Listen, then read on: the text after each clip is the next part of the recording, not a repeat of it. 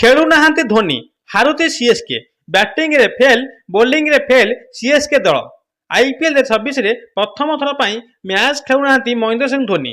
ପୂର୍ବରୁ ଧୋନି ମ୍ୟାଚ୍ ଖେଳୁନଥିଲେ ମଧ୍ୟ ସେ ଡଗ୍ଆଉଟ୍ରେ ବସି ମ୍ୟାଚ୍କୁ ନିୟନ୍ତ୍ରଣ କରୁଥିଲେ। କିନ୍ତୁ ଚଳିତ ବର୍ଷ ସେ ଡଗ୍ଆଉଟ୍ରେ ବି ନାହାନ୍ତି, କାହିଁକି ନା ସେ ଆହତ ସମସ୍ୟା ପାଇଁ ଏବେ ହସ୍ପିଟାଲରେ ଚିକିତ୍ସାରେ ଅଛନ୍ତି। ତେଣୁକରି ସେ 2 ସପ୍ତାହ ପାଇଁ ଏବେ ଖେଳରୁ ବାହାରେ ରହିବେ, ଯାହା ଫଳରେ କି ଚେନ୍ନାଇ ସୁପର କିଙ୍ଗ ମ୍ୟାଚ୍ ହାରୁଛି। ଏମିତି କିଛି ଚର୍ଚ୍ଚା ଏବେ ସୃଷ୍ଟି ହୋଇଛି ଆଇପିଏଲ୍ରେ।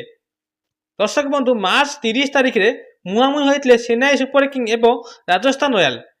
ଚେନ୍ନାଇ ସୁପର କିଙ୍ଗ ବ୍ୟାଟିଂ କରିଥିଲା ଏବଂ ଗୋଟେ ପରେ ଗୋଟେ ୱିକେଟ୍ ଯାଇଥିଲା।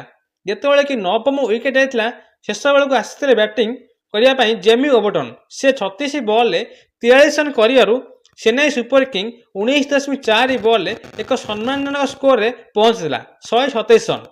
ତେଣୁକରି ଯଦି ଧୋନି ଥାନ୍ତେ, ଶେଷ ବେଳକୁ ବ୍ୟାଟିଂ ମିଡିଲ୍ ଅର୍ଡରରେ ବ୍ୟାଟିଂ ଆସିଥାନ୍ତେ, ଯାହାଫଳରେ କି ଏହି ରନ୍ଟି ଆହୁରି ଅଧିକ ହୋଇଥାନ୍ତା।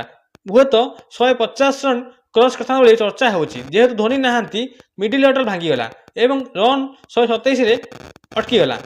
128 ରନ୍ର ବିଜୟ ଲେଖାଯାଇଥିଲା ରାଜସ୍ଥାନକୁ।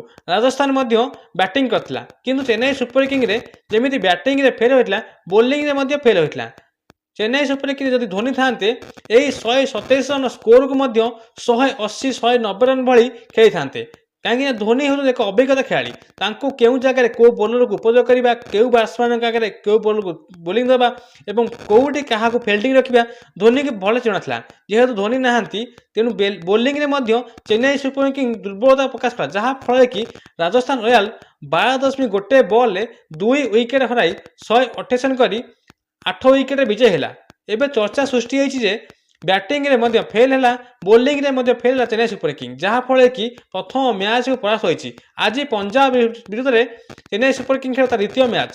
ଯଦି ଧୋନି ବିନା ଆଜି ଯଦି ମ୍ୟାଚ୍ ହାରିଯାଉଛି, ତାହେଲେ ଫାଇନାଲ୍ ହେଇଯିବ ଯେ ଧୋନି ବିନା ସିଏସ୍କେ ଖେଳିପାରୁନାହିଁ। ଯଦି ଆଜି ଚେନ୍ନାଇ ସୁପର କିଙ୍ଗ ପଞ୍ଜାବକୁ ହରାଇ ବିଜୟ ହେଉଛି, ତାହେଲେ ଏଇଟା ସ୍ପଷ୍ଟ ହୋଇଯିବ ଯେ ଧୋନି ବିନା ମଧ୍ୟ ଚେନ୍ନାଇ ସୁପର କିଙ୍ଗ ମ୍ୟାଚ୍ ଜିତିପାରେ। କିନ୍ତୁ ଦର୍ଶକ ବନ୍ଧୁ, ସତରେ କ'ଣ ଧୋନି ବିନା ଚେନ୍ନାଇ ସୁପର କିଙ୍ଗ ମ୍ୟାଚ୍ ହାରୁଛି କି? ଆପଣମାନେ କମେଣ୍ଟ କରି ନିଶ୍ଚିତ ଜଣାନ୍ତୁ।